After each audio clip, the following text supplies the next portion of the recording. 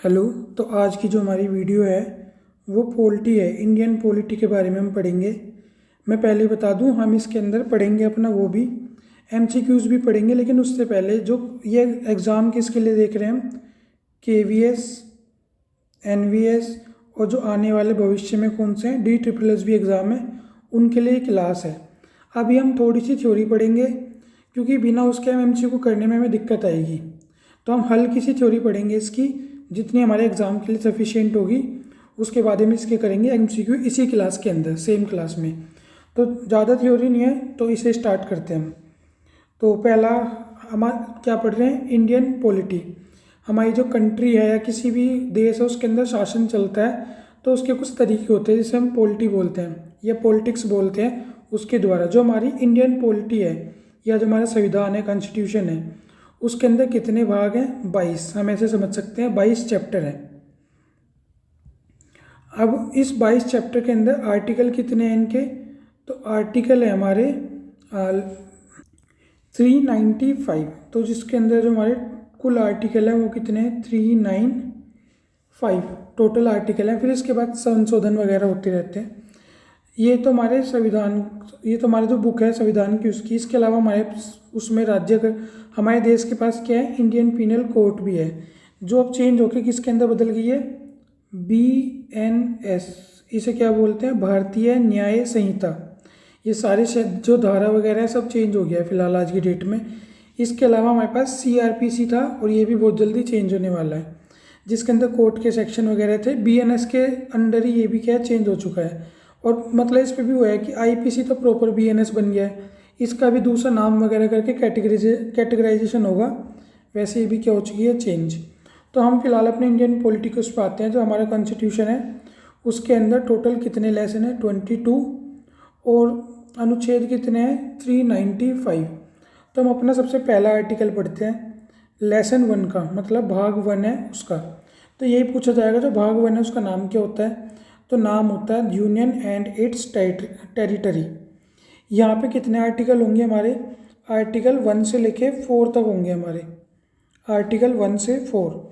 जो आर्टिकल 1 है वो क्या कहता है, भारत राज्यों का एक संघ है, राज्यों को फर्स्ट अनुसूची में रखा गया है, और 3 प्रकार के क्षेत्र होते हैं किसी भी देश के पास, ये हमारे देश के पास।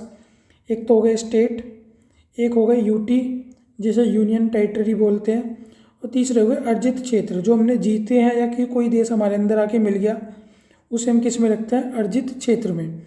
यहाँ पे एक वर्ड आएगा बार बार, कभी यूनियन, कभी फेडरल, कभी कॉन्फेडरेशन या कन्फेडरल। तो इसके अंदर हमें ये देखना है जो यूनियन है वो सबसे स्ट्रॉन्ग शब्द है। फेडरल का मतलब होता है कि जब बहुत सारे राज्य एक साथ रहते हैं, मान लो बहुत सारे राज्य अगर एक साथ रहते हैं, ये इस तरह हमने बहुत सारे राज्य बना दिए ABCD, ये एक साथ हैं तो एक देश है। कभी भी कोई राज्य अपना अलग आज़ादी मांग सकता है, उसे क्या बोलते हैं, फेडरल। इससे भी कमज़ोर व्यवस्था कहाँ पे होती है, कन्फेडरल में या परिसंघ में, कन्फेडरेशन के अंदर। तो जो हमारा फर्स्ट आर्टिकल है वो बस क्या है, 1 से लेकर 4 तक है भाग 1 में। आर्टिकल 1 कहता है भारत राज्यों का एक संघ है, राज्यों को कहाँ रखा गया है, पहली अनुसूची के अंदर। आर्टिकल 2 क्या कहता है हमारा, आर्टिकल 2 कहता है संसद राष्ट्रपति की पूर्व अनुमति या सूचना पर किसी विदेशी राज्य को भारत में क्या कर सकता है, मिला सकता है। जो संसद है वो राष्ट्रपति की पूर्व अनुमति से किसी भी विदेशी राज्य को कहाँ मिला लेगा, भारत के अंदर। ऐसा कभी हुआ भी है। तो 16 मई 1975 सिक्किम भारत के अंदर क्या हुआ था, ऐड हुआ था। सिक्किम को हमने कैसे जोड़ा, 35वें संविधान संशोधन 1974 में पहले सिक्किम को क्या बनाया हमने, सहराज्य। फिर 36 संविधान संशोधन अमेंडमेंट 36 में सिक्किम को हमने अपना क्या बना लिया था, 22वां राज्य बना लिया था। अब इसके बाद क्या आता है हमारा आर्टिकल नंबर 3। जो आर्टिकल नंबर 3 है वो क्या है, संसद राष्ट्रपति के पूर्व अनुमति से भारत के किसी भी राज्य का नाम, समय सीमा, एरिया में क्या कर सकता है, परिवर्तन कर सकता है, या उनका नाम काट छाट कर देगा, बदल देगा। तो ऐसा भी कभी हुआ है, हाँ तो ऐसा भी हुआ है। मैं पेन थोड़ा चेंज कर देता हूँ। जैसे MP से अलग क्या हुआ था, मध्य प्रदेश से अलग हुआ था छत्तीसगढ़, संसद ने तो किया था। राष्ट्रपति की पूर्व अनुमति से। जो एमपी था उसे काट के क्या बना दिया, आदेश से को छत्तीसगढ़ 1 नवंबर 2000 में। इसी तरह यूपी से क्या अलग हुआ था, उत्तराखंड 9 नवंबर 2000 को। बिहार से क्या अलग हो गया था, झारखंड 16 नवंबर 2000 को। एक जैसे बारूबरी यूनियन केस भी आता है 1960 में, जहाँ पर रेड क्लिफ ने क्या कर दिया था, पूरा एक जो अखंड भारत था उसे भारत और पाकिस्तान में क्या कर दिया था, डिवाइड कर दिया था। तो इस तरह क्या कर सकते थे, उस टाइम भी संविधान लागू होता था। अब आर्टिकल नंबर 4 क्या कहता है हमारा, जो आर्टिकल 2 और 3 के संशोधन को 368 से क्या रखा गया, बाहर रखा गया। इसका मतलब ये है कुल मिला के, जब आर्टिकल 2 और 3 लगेगा तो राष्ट्रपति चाह के भी उन्हें नहीं रोक सकता। ये संसद में 50% बहुमत से पारित हो जाएगा और अनुसूची 1 और 4 भी क्या होगी, इससे प्रभावित होगी। अभी हम देखेंगे अनुसूची क्या होती है। तो यहाँ पे जैसे आर्टिकल 1 में तो क्या कह दिया कि भाई एक यूनियन है, दूसरे के अंदर क्या कह दिया कि भाई जो राज्य है वो किसी बाहर के राज्य को क्या कर लेगा, अपने अंदर मिला लेगा। यहाँ पे जो लिखा है भी इसे छोड़ो। भारत एक यूनियन है, किसी बाहर के राज्य को अपने अंदर क्या कर सकता है, मिला सकता है। उस मिले हुए राज्य को अपनी मर्जी से क्या कर सकता है, उसका नाम बदल देगा या उसे काट के आधा तिहाई कर सकता है। और चौथा आर्टिकल क्या कहता है, जब भी ये सेकंड और थर्ड अप्लाई होगा तो राष्ट्रपति को क्या देनी पड़ेगी, अनुमति देनी पड़ेगी, वो बाध्य है इस चीज़ के लिए। ये हमारे शुरू के 4 आर्टिकल कहते हैं। आर्टिकल नंबर 5 क्या कहता है हमारा,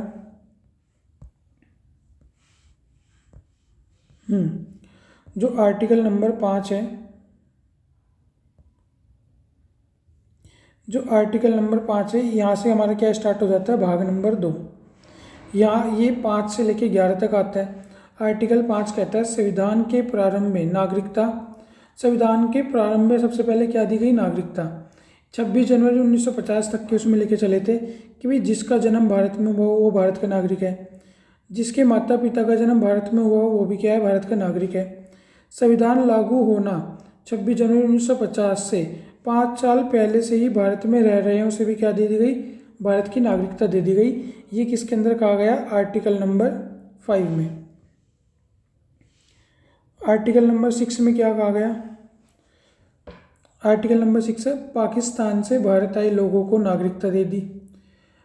ये परमिट किया था 19 जुलाई 1948 तक जो आ गया था। 19 जुलाई 1948 से पहले, 19 जुलाई 1948 के बाद जो है उन्हें परमिट से 6 महीने बाद क्या दी गई, नागरिकता दी गई।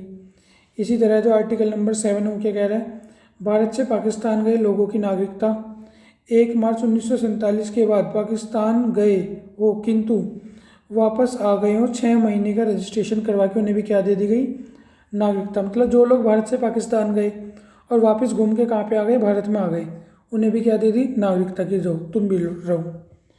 फिर आर्टिकल नंबर 8 क्या कहता है, भारत से बाहर रह रहा बच्चा भारतीय नागरिक होगा यदि उसके माता पिता क्या है, भारतीय हैं, तो वो भी क्या माना जाएगा, भारतीय। आर्टिकल नंबर 9 कहता है विदेशी नागरिकता लेने पर भारत की नागरिकता क्या हो जाएगी, आपकी समाप्त हो जाएगी। ये आर्टिकल हमारा अगला कहता है। आर्टिकल नंबर 10 क्या कहता है, आर्टिकल नंबर 10 है नागरिकता का बना रहना जब तक है जब तक कोई अन्यथा कार्य ना करे। अन्यथा का मतलब अगर कोई किसी भी फ्रॉड कार्य में मिलता है या कोई भी गैर कानूनी कार्य करता है तो उसकी नागरिकता क्या कर ली जाएगी, समाप्त कर ली जाएगी। कोई भी गलत काम किया तो नागरिकता नहीं बनी रहेगी। आर्टिकल नंबर जो 11 है वो क्या कहता है, नागरिकता का कानून संसद बनाएगी, मतलब गृह मंत्रालय बनाएगा। अगर हम नागरिकता का शॉर्टकट में देखें तो क्या था, 5 में तो जो प्रारंभ में नागरिकता दी गई वो आर्टिकल नंबर 5 था। 6 में जो पाकिस्तान से भारत है उन्हें नागरिकता दे दी। और 7 में क्या है, जो इंडिया से पाकिस्तान गए, पाकिस्तान से वापस कहाँ पे आ गए, इंडिया आ गए, उन्हें क्या दे दी गई, नागरिकता दे दी गई। 8 में जो विदेशी प्रवासी लोग हैं उनके बच्चों को क्या दे दी गई, नागरिकता। विदेश में बस गए तो यहाँ से गए, मतलब यहाँ की नागरिकता गई, अगर विदेश की नागरिकता ले ली तो। और 10 में क्या है, नागरिकता बना रहेगा जब तक कोई गलत काम नहीं करोगे। और 11 में था नागरिकता के लिए कानून कौन बनाएगी, संसद या गृह मंत्रालय। अब नागरिकता अधिनियम के अंदर कुछ वो भी हुए हैं संशोधन, अमेंडमेंट आया 1955 में था पहला, फिर 1986, 1992, 2003, 2005। जन्म के आधार पर नागरिकता थी, 1986 में माता पिता किसी को भी, 2003 में माता पिता दोनों क्या होने चाहिए, भारत के ही होने चाहिए। पहले ये था अगर माता इंडिया की है तो भी नागरिकता मिल गई, पिता इंडिया का है तो भी नागरिकता मिल गई। अब 2003 के बाद से क्या हो गया, दोनों इंडिया के होंगे माता पिता तो ही बच्चे को नागरिकता मिलेगी। वंश के आधार पर, पहले क्या था, माता या पिता के वंश के आधार पर क्या दे दी जाती थी, नागरिकता। अब इसके बाद इसे क्या कर दिया हमने, फिर रूल तो 1992 में हमने रूल चेंज करके माता पिता किया था। पहले क्या था, सिर्फ पिता के नाम पे मिलती थी, बाद में चेंज करके क्या कर दिया, माता और पिता दोनों के नाम, दोनों में से कोई भी इंडिया का है तभी हम क्या दे देंगे, वंश के आधार पे कि उसका वंश चला सकता है बच्चा, माता का भी चला सकता है आगे, पिता का भी, नागरिकता के लिए। एक रूल था हमारा क्या, पंजीकरण का, कि भाई आपको अगर विवाह कर लिया आपने या कोई विवाद वगैरह है तो 7 साल तक का इंतजार होगा आपका, देखेंगे उसके बाद क्या मिल जाएगी, नागरिकता। एक था देशीकरण, अगर कोई बाहर का इंसान है, उसको कला विज्ञान या भारतीय कोई भी भारतीय भाषा या मतलब कोई इस तरह का आदमी है जो वैल्यूबल एसेट है इंडिया के लिए, कि वो अगर भारत में आएगा तो उससे बहुत फ़ायदा होगा, तो उसे भी क्या दे दी जाएगी, नागरिकता दे दी जाएगी। ये अगर कोई नॉर्मल इंसान है 10 साल तक भारत में रहता है तो उसे भी हम क्या दे देंगे, नागरिकता। अगर वो अप्लाई करेगा तो कुछ रूल्स एंड रेगुलेशन फॉलो होगी, 10 साल तक उसका व्यवहार देखा जाएगा, उसके बाद उसे क्या दे दी जाएगी, नागरिकता। जैसे अगर कोई बाहर का खिलाड़ी है, लियोनल मैसी है, वो इंडिया में आके नागरिकता लेगा तो हम भाग के देंगे, भले ही भारत का नहीं है, फिर भी हम उसे क्या दे देंगे, नागरिकता, क्योंकि वो हमारे देश के लिए क्या है, एक एसेट का काम करेगा। अगर हमने किसी देश पे कब्जा कर लिया या कोई भूमि हमारे पास आके मिल गई, कोई देश हमारे से आके मिल गया, तो उसके जितने भी लोग हैं उन्हें भी क्या मिल जाएगी, नागरिकता। तो सिक्किम इसका एग्जाम्पल है। ये तो नागरिकता मिलने के तरीके हैं। नागरिकता मिलने के कितने तरीके हो गए, नागरिकता मिलने के तरीके हो गए 5। नागरिकता जाने के कितने तरीके हैं, तो देखते हैं। नागरिकता जाने के क्या है, अगर किसी ने अपनी नागरिकता खुद ही त्याग दी तो उसकी नागरिकता खत्म, या क्या करेंगे, भारत सरकार उसे नागरिकता से बर्खास्त कर देगी अगर उसने कोई अन्यथा कार्य कर दिया तो।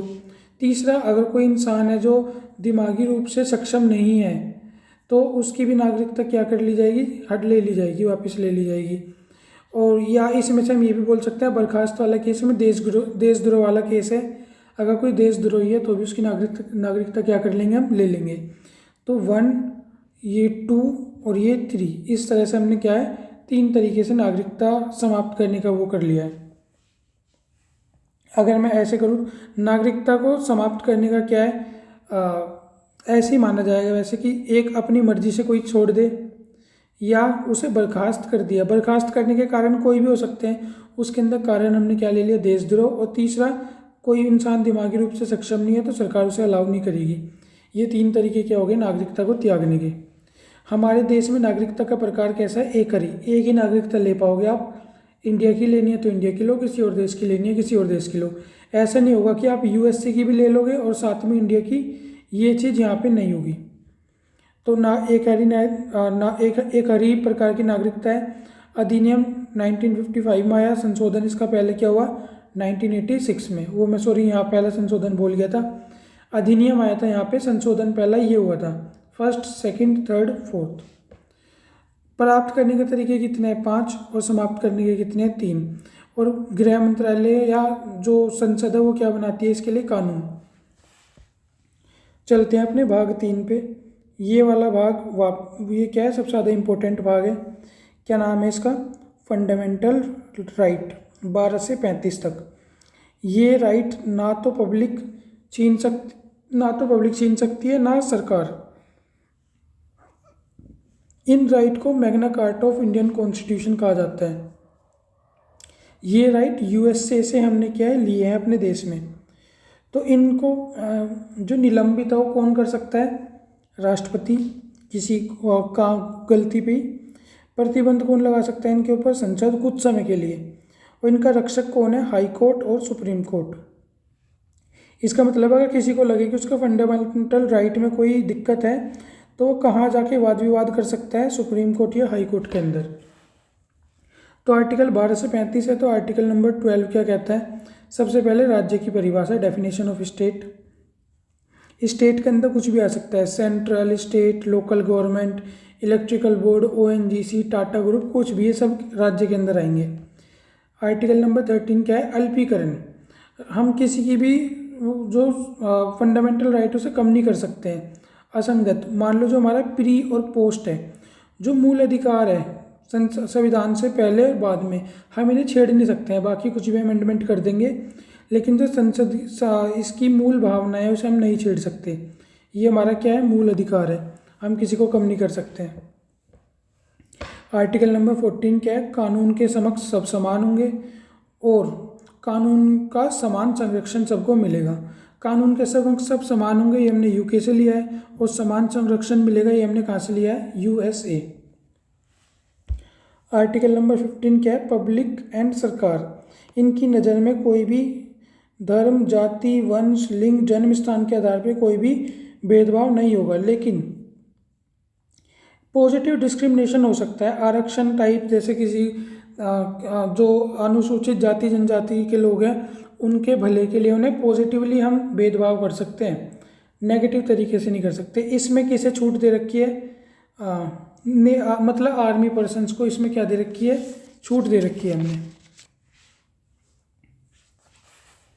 अगला क्या है? आर्टिकल नंबर 16 लोक नियोजन की समानता। ये जो हैवी है ये कुछ नहीं है, आर्मी। मैंने नेवी आर्मी लिखा था, वो वैसे ही आर्म फोर्स लिखने के उसमें वो गलत टाइप हो गया। तो जो आर्टिकल 16 है सेम इसके अंदर भी है कि भाई आप लोक नियोजन की अगर कोई भी स्कीम आती है उसके अंदर सब समान है। हम जाति, लिंग, स्थान के नाम पर क्या नहीं कर सकते हैं? किसी के साथ भेदभाव नहीं कर सकते हैं। और एक रूल और है, जो हम आरक्षण देते हैं इसमें भी नियम बनाया गया था, कोई भी पब्लिक जगह पे आरक्षण आप दोगे तो 50% से क्या रखना पड़ेगा? कम। और सरकार ने इस चीज़ को बहुत पहले क्या कर दिया है? वोइलेट कर दिया है। अब ये कोई रूल नहीं है। फिलहाल जो इंडिया में है वो 50% से आरक्षण क्या हो चुका है? ज़्यादा। अब ये मतलब मैं गलत सही नहीं कह रहा हूँ, लेकिन अभी तक ये था। लास्ट जो EWS आया था उसके बाद ये आरक्षण क्या है? 50% से प्लस हो गया है। तो ठीक है, ये पॉजिटिवली डिस्क्रिमिनेशन है, कर सकते हैं। रूल था 50% तक का, अब ये 50% प्लस हो चुका है। इसके सबके अलग अलग मत होते हैं कि आरक्षण देना है नहीं देना है, तो इस टॉपिक में नहीं जा रहे हैं, हमें फटाफट ख़त्म करना है। अगला क्या है? Article number 17 untouchability. अछूत या छुआछूत है जो उसे ख़त्म करने का है, इसे अपराध मान लिया गया है छुआछूत को। अगर इसके अंदर जैसे गांव वगैरह में ज़्यादा होती है, शहर में कम होती है, तो इसे क्या है? इसके ऊपर कई बार अमेंडमेंट हुए हैं बीच बीच में, 55 से 1989 तक इसे अपराध माना गया है और ये कम करना है हमें। आर्टिकल नंबर 18 क्या कहता है? उपाधियों का अंत। जैसे कोई महाराजा है, सर है, नाइटहुड की उपाधि है, राय बहादुर उपाधि है, इन सब उपाधि को क्या कर देंगे? ख़त्म कर देंगे। लेकिन कुछ जो नेशनल अवार्ड्स हैं या एजुकेशनल रैंक है उन्हें अभी भी क्या रख सकते हैं? जारी। कोई प्रोफेसर है, डॉक्टर है, तो वो लगा सकता है अपने नाम के आगे, बाकी ये वाली उपाधियाँ कोई नहीं लगाएगा। लोग अपना नाम ही रख लेते हैं महाराजा, लोग हो गई उपाधि उनकी वापस। आर्टिकल नंबर 12 से 35 तक में 6 टाइप हमने देखे। एक तो क्या था? 14 से 18 तक समानता का अधिकार, ये इम्पोर्टेंट है। और 19 से 22 तक हम देखेंगे, मतलब अभी स्वतंत्रता का अधिकार। 23-24 में हम देखेंगे शोषण के विरुद्ध अधिकार, अभी देखेंगे हम आगे। 25 से 28 में देखेंगे धार्मिक नियोजन या धार्मिक कार्यों के में हमें क्या अधिकार है। 29-30 में देखेंगे शिक्षा संस्कृति के बारे में क्या अधिकार है। जो 31 था आर्टिकल, अब ये क्या हो चुका है? समाप्त हो चुका है। संपत्ति का अधिकार, इसे किसके अंदर चेंज कर दिया है? आर्टिकल 300A में। ये यहाँ से हट के कहाँ चला गया है? Article 300A। इसके अंदर इसे क्या कर दिया है? मूल अधिकार हटा के DPSP में कर दिया है। और एक क्या है हमारा? संवैधानिक उपचार का अधिकार। अगर हमें कोई भी अधिकारी में कमी लगे तो जाके कोर्ट में खड़े हो जाओ। आर्टिकल नंबर 19, इसे क्या कहा गया है? बैकबोन ऑफ कॉन्स्टिट्यूशन, संविधान की रीढ़ की हड्डी बोला गया है। इसके अंदर अभिव्यक्ति की आज़ादी है, सभा है, संगठन बनाने का अधिकार, संचरण, घूमने का अधिकार, कहीं भी रहने का, बसने का अधिकार। संपत्ति का अधिकार यहाँ पे क्या हो चुका है? हट चुका है, इम्पोर्टेंट है। व्यापार करने का, व्यवसाय करने का हमें क्या है? अधिकार है। कुछ रीजनेबल क्या है? रेस्ट्रिक्शंस भी है, मतलब इसके अंदर वो भी है कि आपको ये चीज़ फॉलो करनी है, तो कुछ हमें दे रखा है।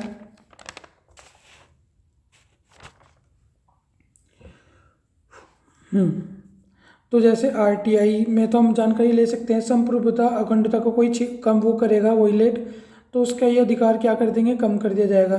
पब्लिक को परेशान नहीं करना है अपने अधिकार के उसमें मोरालिटी बनाए रखनी है, कोर्ट का आदेश मानना है, विदेशी संबंध में ये अधिकार की। अब किसी को कुछ अधिकार है, ये थोड़ी ना कि बाहर बाहर के लोगों को गाली देना स्टार्ट कर देगा कि मुझे तो अधिकार है मैं कुछ भी बोल दूँ। तो इसमें क्या है, कुछ रेस्ट्रिक्शंस लगा रखी है। तो ये कहता है article 19 backbone of Indian constitution important है। आर्टिकल नंबर 20 दोष सिद्धि के खिलाफ संरक्षण। अपराध के समय का कानून, एक अपराध की एक ही सज़ा, खुद के विरुद्ध कोई गवाही नहीं है, नहीं तो पुलिस मार मार के गवाही दिला लेती है कि हाँ इसने अपराध किया है। आर्टिकल 21 क्या है, प्राण एवं देह स्वतंत्रता। मैं हर किसी को जीने का और अपनी क्या खाना है, क्या पीना है, क्या पहनना है, उसका क्या है, अधिकार है। और इसके अंदर इम्पोर्टेंट है जो आत्महत्या है, ये निजता या प्राइवेसी नहीं मानी जाती, ये भी किस क्या माना गया है, एक अपराध माना गया है। इन्वायरमेंट सबको क्या है, एकांत में या विदेश यात्रा करने का, कहीं जाने का, इन सब का क्या अधिकार है। सबके खुद के प्राण है, खुद की देह है, उसकी क्या है, स्वतंत्रता का अधिकार है। और हेल्थ का अधिकार भी है कि अच्छे स्वास्थ्य का भी सबके पास क्या है, अपना अधिकार है। ये 3 पॉइंट्स अलग हैं और ये 3 अलग है कि भाई कहीं घूमने जाना है तो सरकार नहीं रोकेगी, निजता का अधिकार है हमें, और हमें एडल्टिंग या जो तलाक डाइवोर्स वगैरह है इनका अधिकार है कि लोग जो अवैध संबंध वगैरह बनाते हैं। तो अब इसके ऊपर कुछ रूल्स आए हैं, लेकिन एडल्टिंग क्या है, लीगल थी इंडिया में। Article 21A right to education, ये वापस क्या आ गया हमारा इम्पोर्टेंट, टीचर के लिए तो और ज़्यादा है। आर्टिकल 21A 86वां संविधान संशोधन है, 6 से 14 साल के बच्चों के लिए, मतलब 6 से 14 साल के बच्चों के लिए फ्री शिक्षा है बिल्कुल, इसका हमारे पास क्या था, अधिकार था। इसके बाद हमारा क्या आता है, आर्टिकल नंबर 22।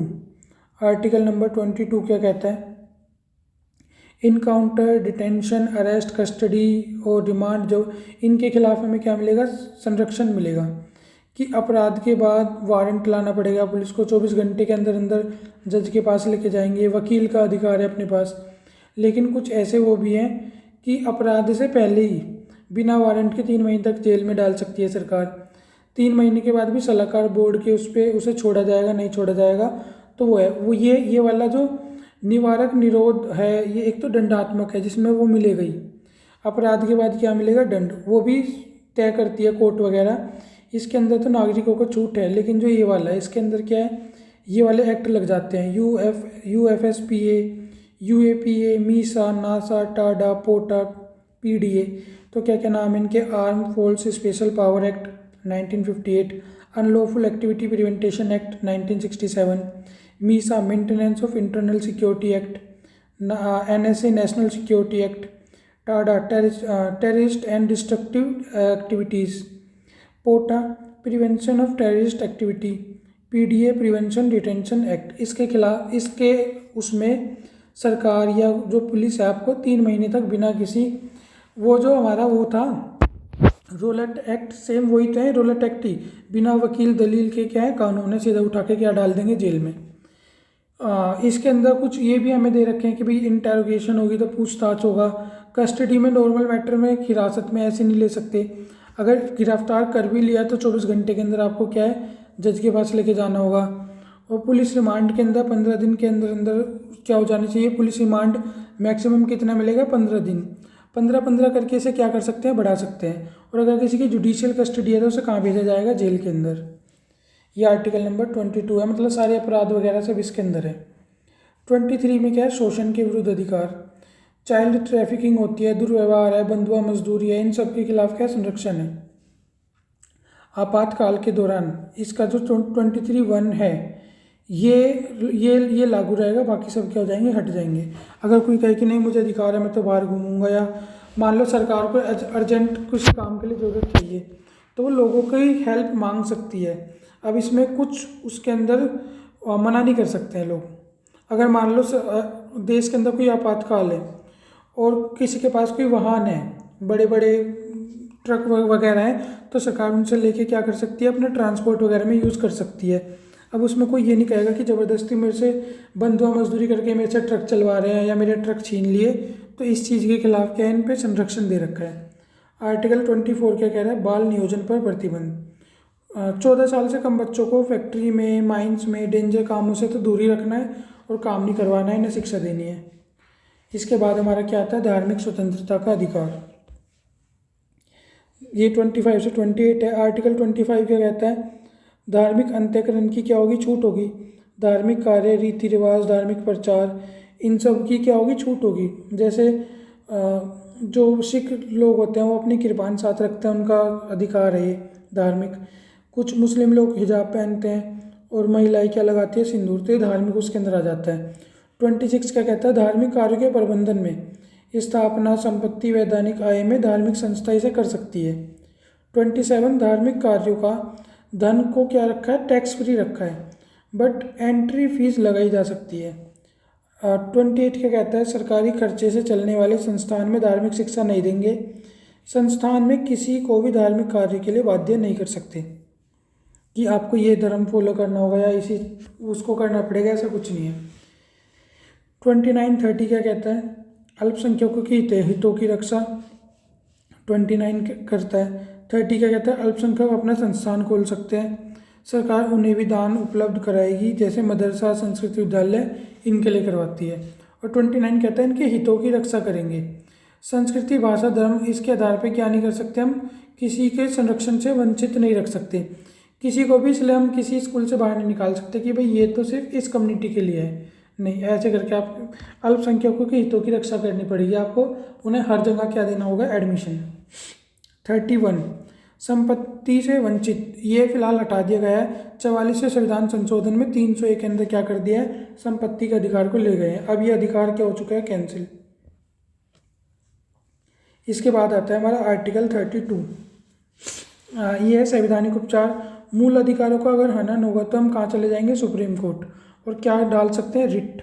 रिट होता है मतलब कि स्टे वगैरह ले लेते हैं जो लोग, तो इसकी एक ट्रिक है, बंदी, पति, परमेश्वर, उसका अधिकार। यहाँ से हमें याद रख लेना, बंदी से क्या जाएगा, बंदी प्रत्यक्षीकरण, जिसके अंदर क्या है, टू हैव द बॉडी, शरीर प्रस्तुत करना। किसी को अगर गिरफ्तार किया है 24 घंटे के अंदर अंदर शरीर के साथ उसे क्या करना पड़ेगा, प्रस्तुत, जज वगैरह के सामने, या जब ये कोर्ट आदेश देगा तो कोर्ट के सामने। इसके बाद जैसे अगला क्या है, परमेश्वर से क्या आ जाएगा, परम आदेश, वी कमांड, हम आदेश देते हैं। पब्लिक ड्यूटी है, तो अगर कोई पब्लिक ड्यूटी ढंग से नहीं हो पा रही तो सरकार क्या दे सकती है, आदेश, कि भाई ये क्या चल रहा है तुम्हारा। अगला क्या है, अधिकार परीक्षा, अधिकार से क्या आ गया, अधिकार परीक्षा। यहाँ पे कि भाई किस राइट पे, कर्मचारी के पद की वैधानिक जांच, कोई अधिकारी किसी पद पे बैठा था उसकी क्या करवा सकते हैं, जांच करवा सकते हैं कोर्ट में जाके। और यहाँ पे पति से क्या आ गया, प्रतिषेध, रोक देना या स्टे ऑर्डर ले लेना।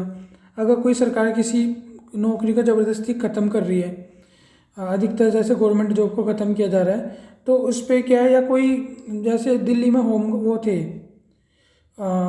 बस मार्शल वाले लोग थे, उनकी एकदम से नौकरी हटा दी, तो अगर वैसे तो उन्हें कॉन्ट्रैक्चुअल पे रखते हैं, सरकार अपना वो बना के रखती है, लेकिन अगर उनके वो चाहें तो वो क्या ले सकते थे, स्टे ऑर्डर ले सकते थे। लेकिन वो कानूनी लड़ाई इतनी मतलब थोड़े लूप होल में खेलते हैं कि ये कुछ हो नहीं पाता उस काम को, लेकिन उनके पास अधिकार होता है कि वो क्या ले सकते हैं। जैसे उनकी जो नौकरी निकाली जा रही थी वो क्या ले सकते थे, स्टे ऑर्डर, लिया भी होगा उन्होंने, लेकिन हाँ मतलब ये रूल होता है, कर सकते हैं। हाई कोर्ट लोअर कोर्ट को क्या कर सकता है, किसी भी काम को रोकने की वो दे सकता है कि भाई आपने जो फैसला सुनाया है इसे यहीं रोक दो, अब आगे हम देखेंगे। और ये जो हमारा है उसका से क्या हो गया हमारा, उत्प्रेषण। यहाँ पे क्या है, पूर्णतया सूचित करना। हाई कोर्ट लोअर कोर्ट को कहेगा फैसले के बाद उसे क्या कर सकता है, बदल भी सकता है। अप्राकृतिक न्याय बोल के इसे क्या कर सकता है, बदल भी सकता है। तो ये था।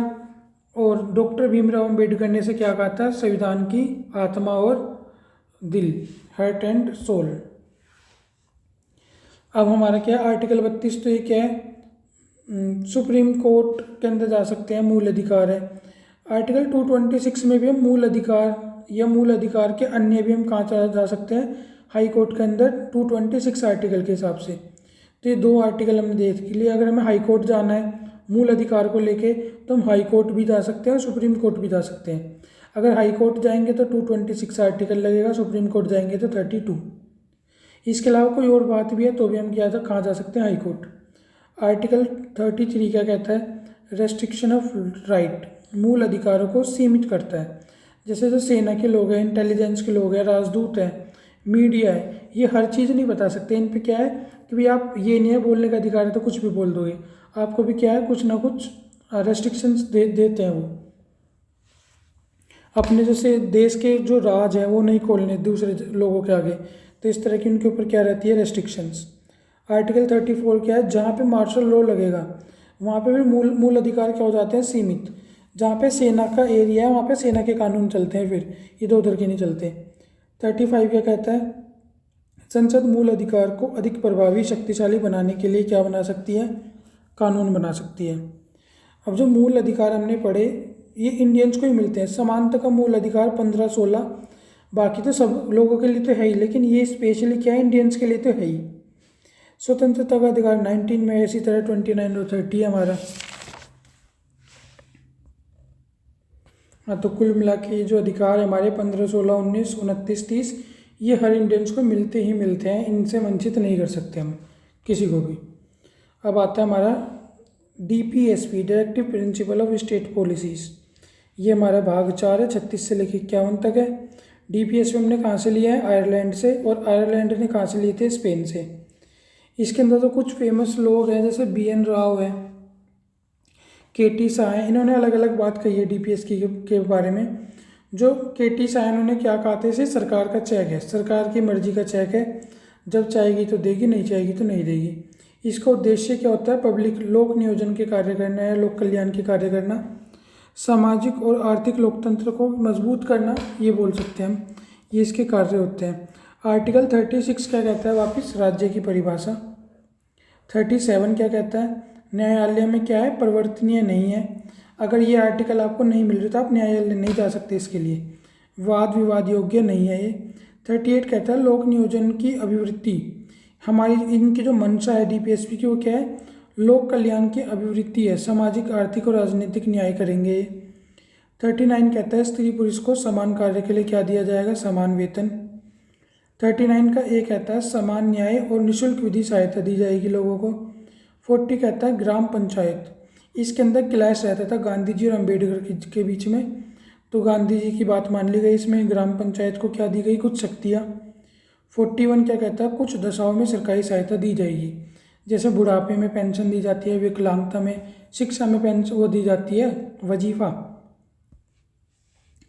42 क्या कहता है, कार्य दशा या प्रसूत सहायता, मैटरनिटी लीव वगैरह दी जाएगी, या दशा के हिसाब से कार्य।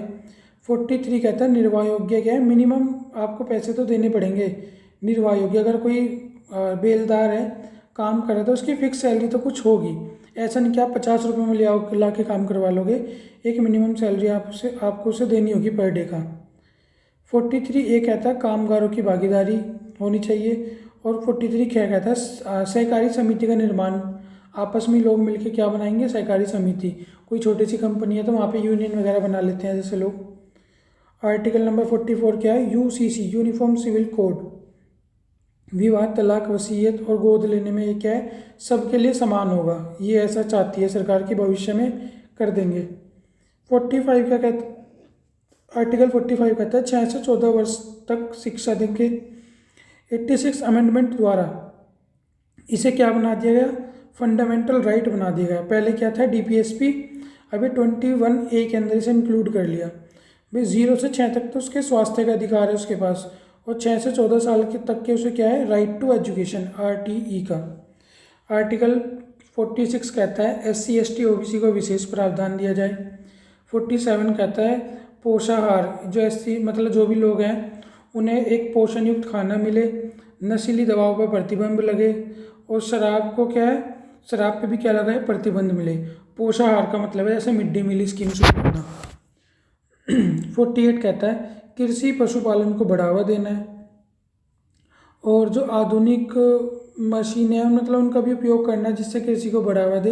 एक खास बात हो रही है, जो दुधारू पशु हैं उनकी हत्या पे स्पेशली क्या लगाई गई है, रोक लगाई गई है। किसी भी पशु पे रोक की हत्या पे रोक लगानी चाहिए। वैसे तो मतलब किसी भी पशु को नहीं मारा जाना चाहिए, लेकिन इन्होंने सिर्फ इसके अंदर किसे रखा है, दुधारू को, कि जो दूध देने वाले पशु है उसको तो आप बिल्कुल नहीं मारोगे। अच्छी बात है। चलो 48A पर्यावरण और वन्य जीव संरक्षण। यहाँ पे एक 42 संविधान संशोधन भी आता है, सरदार स्वर्ण सिंह कमेटी। इससे क्या हुआ था, ऐड किया गया था 48A में कि पर्यावरण और वन्य जीव का क्या करना होगा, संरक्षण करना होगा। अगला क्या है हमारा 49 क्या कहता है,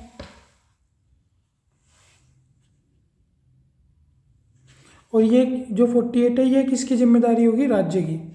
49 कहता है जो राष्ट्रीय महत्व की धरोहर है, जैसे आर्कोलॉजिकल सर्वे ऑफ इंडिया का गठन करना या उसके अंडर दे देना, यूनेस्को के अंडर दे देना, ये सब चीज़। 50 कहता है कार्यपालिका न्यायपालिका के बीच में क्या है, सेपरेशन ऑफ पावर। कुछ शक्तियाँ लेजिस्लेटिव के पास होंगी और कुछ किसके पास होंगी, एग्जीक्यूटिव के पास। मतलब कुछ तो विधायक के पास होगी जो नेता वगैरह है, और कुछ किसके पास होगी, कोर्ट वगैरह के पास, ताकि एक कोई संस्था ज़्यादा मजबूत ना हो कि वो फिर मोनोपोली करने लगे अपनी। आर्टिकल 51 क्या कहता है हमारा, आर्टिकल 51 कहता है भाई कोई भी शांति संधि का हम रास्ता अपनाएंगे, कोई भी विवाद होगा तो इंडिया यूएन का मेंबर बने, ये हम चाहते हैं, यूनाइटेड नेशंस का। आर्टिकल 51 के तहत हमें वापस क्या करना है, यहाँ लिखा नहीं, आर्टिकल 51 के तहत हमें वापस क्या करना है, जो हमारे पर्यावरण वगैरह है उसकी क्या करेंगे, रक्षा करेंगे, ये कहते हैं हम। और कोई भी अगर वाद विवाद होगा तो हम क्या करेंगे, मध्यस्थता करेंगे, लड़ाई भिड़ाई में नहीं करेंगे, सबकी हम क्या करेंगे, रेस्पेक्ट करेंगे, ये सब अधिकार है। मूल अधिकार और डीपीएसपी, ये भाग 3 है, ये भाग 4 है, 12 से 35 है, 36 से 51 है। ये यूएसए से लिया है, ये हमने आयरलैंड और स्पेन से लिया है। ये व्यक्ति को मिलते हैं, ये स्टेट को मिलते हैं। यहाँ पे कोर्ट क्या है, कोर्ट में हम जा सकते हैं, यहाँ पे कोर्ट में नहीं जा सकते। वाद योग्य है, कोर्ट में जा सकते हैं, यहाँ पे नहीं जा सकते। ये अपने आप ही लागू होते हैं। किसी ने जन्म ले लिया भारत में तो उसे मिल गया, और ये लागू करवाना पड़ता है। अलग अलग सरकार अलग अलग टाइम पे करती है। इसे निलंबित नहीं कर सकते या बहुत मुश्किल से निलंबित करते हैं इसे। और ये नो रोल ऑफ राष्ट्रपति, इसमें कुछ नहीं करवा सकता। ये जन्म के साथ मिलते हैं और ये क्या धीरे धीरे मिलते हैं हमें।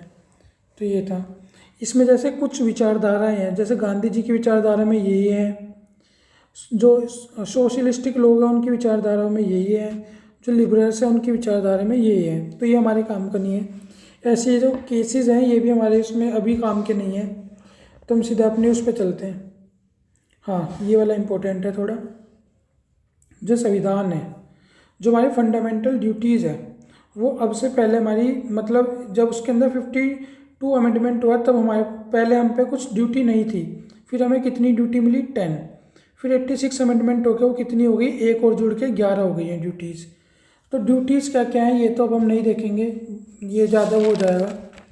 कि ध्वज का वो करना है, हमें सम्मान करना है, खड़े हो जाना है, पर्यावरण को बचाना है, गवर्नमेंट प्रॉपर्टी को करना है, ये कुछ हमारी ड्यूटीज़ है। हमें देखना है जो फंडामेंटल ड्यूटीज़ के बारे में थोड़ा बहुत है, कि ये ड्यूटी वैसे जापान से ली गई है, लेकिन इंडिया ने कहाँ से ली है, यूएसएसआर, जो आज क्या जानते हैं उसे रसिया। ये किस समिति ने इसकी वो सिफारिश करी थी कि भी फंडामेंटल ड्यूटीज़ होनी चाहिए, सरदार स्वर्ण सिंह कमेटी। और वर्मा कमेटी ने से क्या है, लागू करवाया था। 42 अमेंडमेंट आया था और ये कितनी हो गई थी, 10। फिर एक और अमेंडमेंट आया 2002 में और ये कितनी हो गई हमारे पास, 11। अलग अलग रूल वो हैं इसकी कि क्या हमारी फंडामेंटल ड्यूटीज़ है, ठीक है 11 ड्यूटीज़ है। अब वो है कि भी सबका सम्मान करना है, ध्वज आएगा तो हम उसमें क्या हो जाना चाहिए, खड़ा हो जाना चाहिए, इस तरह की ड्यूटीज़ है हमारी। अब हम देखते हैं अपना ये जो है भाग 5, 52 से 151 तक है। सारे नहीं पढ़ेंगे हम, 52 से 151 जो मेन है इसके अंदर बस।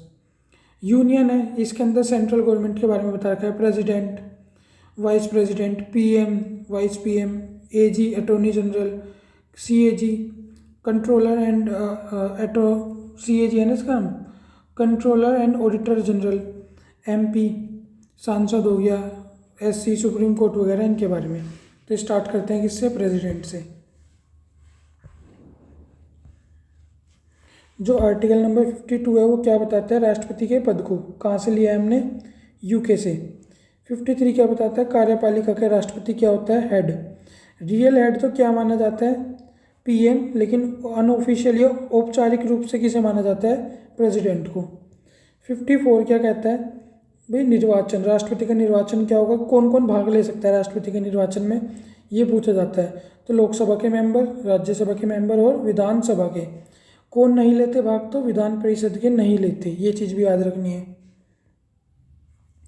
राष्ट्रपति अपनी मंत्री मर्जी, राष्ट्रपति अपनी मर्जी से राज्यसभा में 12 सदस्यों को क्या कर सकता है? मनोनीत। लोकसभा में 2 सदस्यों को कर सकता है। और इसमें 2 एंग्लो इंडियन भी होते हैं, जो अब क्या हो चुका है? ख़त्म हो चुका है। अब एंग्लो इंडियन वाले वो लोग ख़त्म कर दिए हैं। ये मनोनीत सदस्य राष्ट्रपति के चुनाव में क्या नहीं लेते? भाग नहीं लेते, ये भी याद रखना है। राष्ट्रपति का चुनाव इनडायरेक्ट होता है। एकल संक्रमणीय अनुपातिक प्रणाली होती है। इसमें इस तरह का होता है, हम ज़्यादा इसमें वो नहीं देंगे। ABC 3 लोग हैं, एक को 2 वोट मिले, एक मतलब इनकी प्रेफरेंस होती है। जैसे लोगों ने वोट किया कि भाई मैं B को पहले नंबर पे रखता हूँ, A को दूसरे पे, C को तीसरे पे। इस तरह दूसरे ने रखा कि मैं इसे पहले पे, इसे दूसरे पे, इसे तीसरे पे। इस तरह करके टोटल निकालेंगे। मान लो टोटल निकाल के रैंक आई इनकी, B की रैंक आई 1, इसकी 2, सो इसे वोट मिले, मतलब रेशियो निकाला, इसे 1 वोट मिले, इसे 2, इसे 3, तो B तो बाहर हो जाएगा। B बाहर हो जाएगा तो फिर वापस सबको कहेंगे अब आपको इन 2 को वोट देनी है, A और C को। A और C को वोट देंगे और जिसे ज़्यादा वोट मिलेगी हम बोल देंगे कि ये क्या है? जीत गया। मान लो C को ज़्यादा वोट मिले अगले टर्न में, तो हम क्या बोल देंगे? C जीत गया। जितने लोग चुनाव में लड़ते हैं मैक्सिमम उतने ही क्या हो सकते हैं? वहाँ पे चरण हो सकते हैं राष्ट्रपति के चुनाव में। राष्ट्रपति चुनाव में और कार्यकाल, जो वोट वैल्यू कैसे निकालते हैं? जैसे 1 MLA है तो टोटल MLA कितने हैं और वहाँ की जनसंख्या क्या है स्टेट की, गुना 1000। इस तरह करके हम क्या निकाल लेते हैं? 1 MLA का वोट। ये MP है तो टोटल MP वोट, मतलब जनसंख्या उसकी, फिर टोटल MP, और यहाँ पे क्या निकाल लेंगे? उसकी वोट। इस तरह हम क्या निकालते हैं? इनकी वोट्स वगैरह का पता लगाते हैं। 1 मिनट, मैंने लिख रखा है साइड में।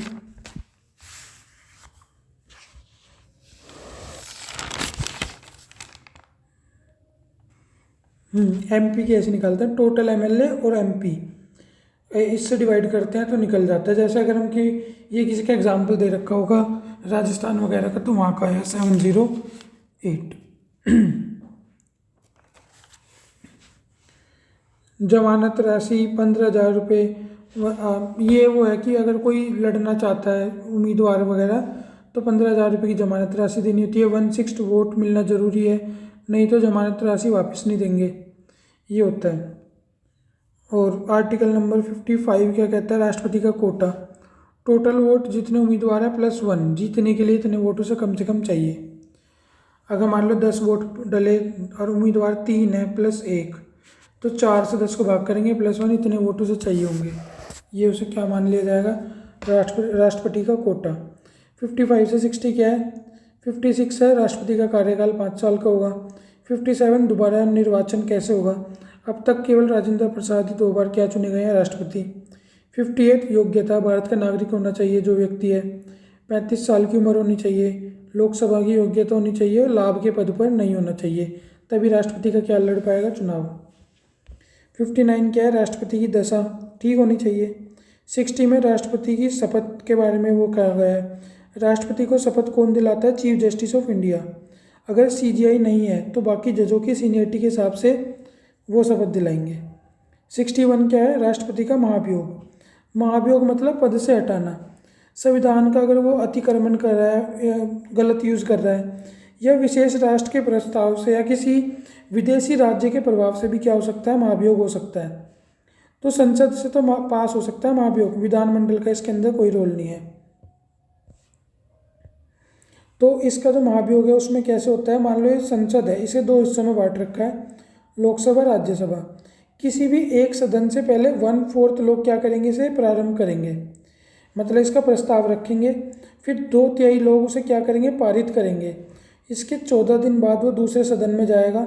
वहाँ पे भी अगर 2/3 लोगों ने इसे क्या कर दिया, पारित कर दिया, तो राष्ट्रपति क्या हो जाएगा, अपने पद से हट जाएगा। लेकिन ये 14 दिन का जो गैप है, इस 14 दिन का टाइम मिलता है राष्ट्रपति को अपना दूसरे सदन में जाके सफाई देने के लिए। और अगर सफाई दे के उन्होंने यहाँ मना लिया और 2/3 वोट नहीं आए तो राष्ट्रपति नहीं हटेगा। सेम तरीका किसका होता है, CGI का भी होता है। आर्टिकल 62 पद रिक्त होना, 6 महीने तक ज़्यादा से ज़्यादा हम क्या कर सकते हैं, उसका पद, उसके फिर हमें क्या है, भरना पड़ता है पद को। कार्यकाल समाप्त हो गया या त्याग पत्र दे दिया, महाभियोग हो गया, निर्वाचन अवैध हो गया, मृत्यु हो गई, तो 6 महीने के अंदर अंदर क्या करना है, वापस दूसरे राष्ट्रपति को बिठाना पड़ेगा। पावर ऑफ प्रेसिडेंट, कार्यपालिका की शक्ति तो होती है, कहीं भी साइन उसके होंगे, नियुक्ति वही करते हैं, इन सब की शपथ दिलाते हैं। लेजिस्लेटिव पावर भी होती है, SC ST के लिए कुछ रिजर्वेशन वगैरह देना हो, एंग्लो इंडियन को लोकसभा में बिठाना, जो अब तो क्या हो चुका है, ख़त्म। मनोनीत करना सदस्यों को राज्यसभा में, अभिभाषण देना, विधेयक पर हस्ताक्षर करना, जॉइंट सेशन बुलाने, ये सब उसके अधिकार है। फाइनेंशियल पावर में बजट को वित्त मंत्री, जो राष्ट्रपति है उसके पास होने के बाद भी वित्त मंत्री उसे सुनाता है। काम तो सारे यही करते हैं, लेकिन साइन उसके होंगे। वित्त आयोग उस भी होगा। ये 43 कुछ नहीं है। आकस्मिक निधि मतलब जो पैसा निकालना इमरजेंसी के अंदर, देश में किसी भी चीज़ के लिए ज़रूरत है तो राष्ट्रपति के साइन होकर तभी निकाला जाएगा।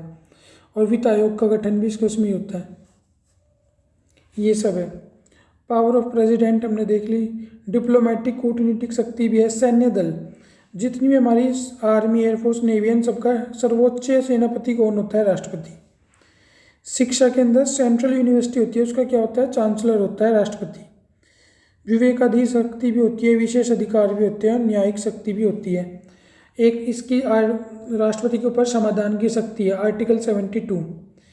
ये सब होम मिनिस्ट्री से सलाह लेते हैं वैसे, लेकिन किसी की भी सज़ा को क्या कर सकते हैं, बिल्कुल माफ़ कर सकते हैं, क्षमा कर सकते हैं। 72 इम्पोर्टेंट आर्टिकल है। लघुकरण या कम्यूटेशन मतलब किसी की सज़ा को क्या कर देंगे, कम कर देंगे, ये नेचर चेंज कर दें। मान लो किसी की 10 साल कठोर सज़ा है तो उसका नेचर चेंज करके क्या कर देंगे, 10 साल साधारण सज़ा। या क्या कर सकते हैं, परिहार, टाइम कम कर सकते हैं। 10 साल कठोर सज़ा थी तो उसे घटा के क्या कर देंगे, 5 साल कठोर सज़ा।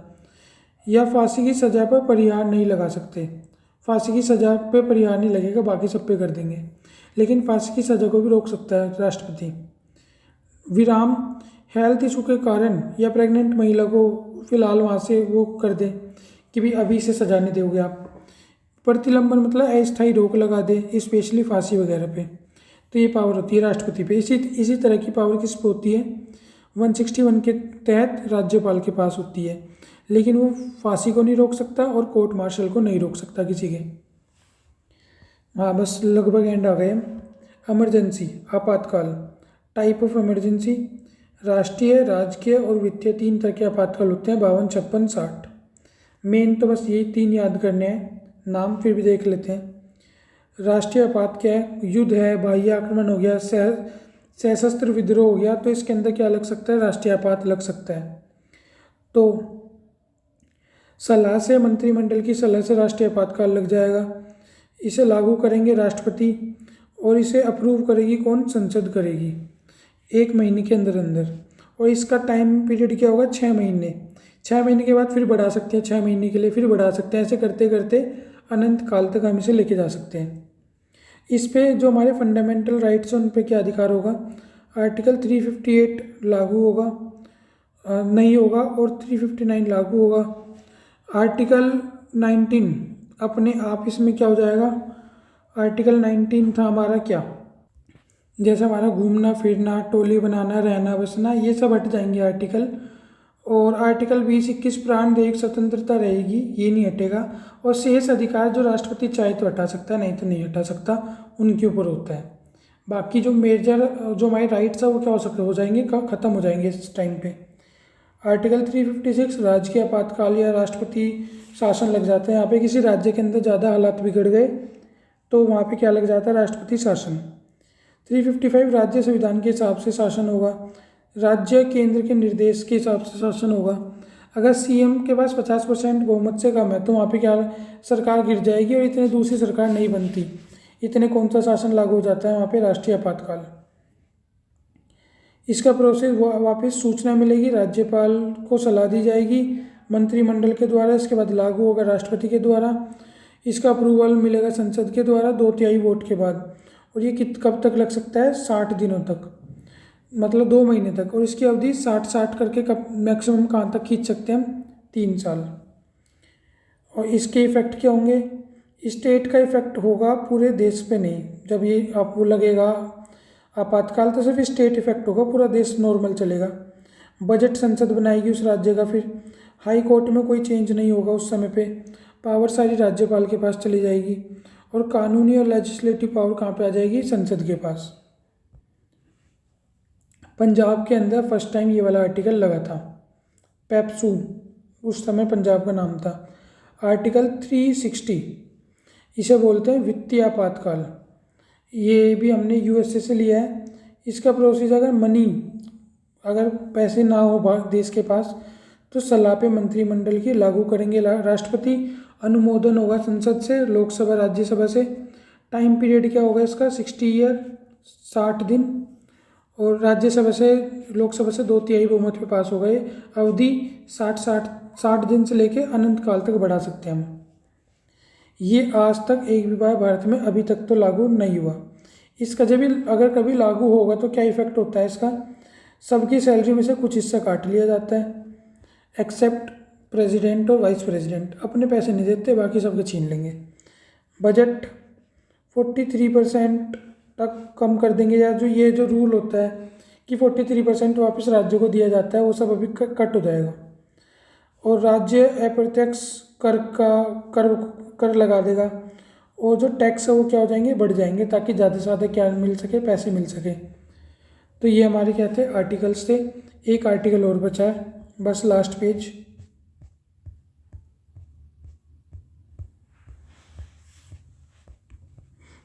हमने इम्पोर्टेंट ही किया है, जो वैसे थे वैसे नहीं किए हैं। ये मोस्ट इम्पोर्टेंट आर्टिकल है, फटाफट देख लेते हैं। आर्टिकल 44 क्या कहता है? समान नागरिक संहिता। 47 पोषण का अधिकार। 50 क्या होता है? कार्यपालिका न्यायपालिका में अंतर। 51 क्या होता है? भाई कोई भी इंटरनेशनल मुद्दा होगा तो हम पीस का रास्ता चुनेंगे। 51 ये क्या कहता है? फंडामेंटल ड्यूटीज़ के बारे में बताता है। 52 राष्ट्रपति का पद होता है। 53 कार्यपालिका की शक्ति। 54 निर्वाचन आयोग। 55 क्या होता है? निर्वाचन विधि या कोटा राष्ट्रपति का। 56 कार्यकाल। 60 क्या होता है? शपथ के बारे में। 61 क्या होता है? महाभियोग राष्ट्रपति का। 63 उपराष्ट्रपति का पद। 71 क्या होता है? चुनाव विवाद, सुप्रीम कोर्ट के अंदर जाएगा। 72 राष्ट्रपति की समाधान की शक्ति। 76 के अंदर आता है एजी, अटॉर्नी जनरल, जिसे महान्यायवादी बोलते हैं। 108 संयुक्त बैठक का होता है। 1110 क्या होता है? धन विधेयक का होता है। 112 क्या होता है? वार्षिक वित्तीय विवरण के बारे में। 113 राष्ट्रपति अध्यादेश लागू करता है। 124 सुप्रीम कोर्ट आता है इसके अंदर। आर्टिकल 144 सुप्रीम कोर्ट के बारे में। 129 कि भाई सुप्रीम कोर्ट क्या है? अभिलेख न्यायालय है, जो बोलेगा वो पत्थर की लाइन है। 143 राष्ट्रपति है वो परामर्श लेगा किससे? सुप्रीम कोर्ट से। 148 CAG, controller and auditor general, इसके बारे में 148 है। 315 यूपीएससी। 324 निर्वाचन आयोग। 338 national council for SC. 38A national council of ST. 343 राज्य भाषा के लिए। 352 राष्ट्रीय आपात। 56 राष्ट्रपति शासन, राष्ट्रीय, राजकीय, और 360 के हो गया वित्तीय। 3 तरह के आपातकाल हैं, राष्ट्रीय आपात और ये वाला राजकीय आपात।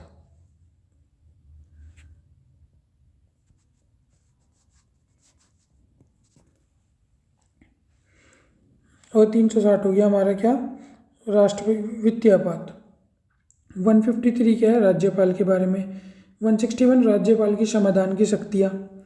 165 सी AG स्टेट का advocate general, 165 advocate general state का, 2 बार आ गया। अच्छा, 213 हाई अध्यादेश है लेकिन हाई कोर्ट का, 214 हाई कोर्ट के बारे में ही है, 215 हाई कोर्ट भी क्या है, अभिलेख न्यायालय है, 226 रिट के बारे में है, या जो हम हाई कोर्ट जा सकते हैं अपने संविधान के लिए, उसके बारे में। 243 से 243 ओ स्थानीय स्वशासन ग्रामीण, इसके बारे में है ये हमारा। 239 है दिल्ली के बारे में, 246 ए GST के बारे में, 263 इंटर स्टेट काउंसिल, 266 संचित निधि, 267 आकस्मिक निधि, 280 वित्तीय आयोग, 300 ए संपत्ति का अधिकार, जो पहले मूल अधिकार था फिर कैंसिल हो गया। इसके अलावा 368 संविधान संशोधन, और 370 क्या है, जम्मू कश्मीर के बारे में। तो ये क्या है, हमारे सारे आर्टिकल्स हो गए। तो चलो ये वीडियो ज़्यादा लंबी हो गई, तो एक काम करता हूँ, इसके जस्ट अगली तुरंत बाद ही अगली वीडियो आ रही है, इसके जस्ट बाद ही मैं इसके डिस्क्रिप्शन में भी लिंक दे दूँगा उसका नेक्स्ट वीडियो का, या इसके जस्ट बाद वाली वीडियो क्या है हमारी MCQ वाली वीडियो। ठीक है, तो इस वीडियो में इतना ही।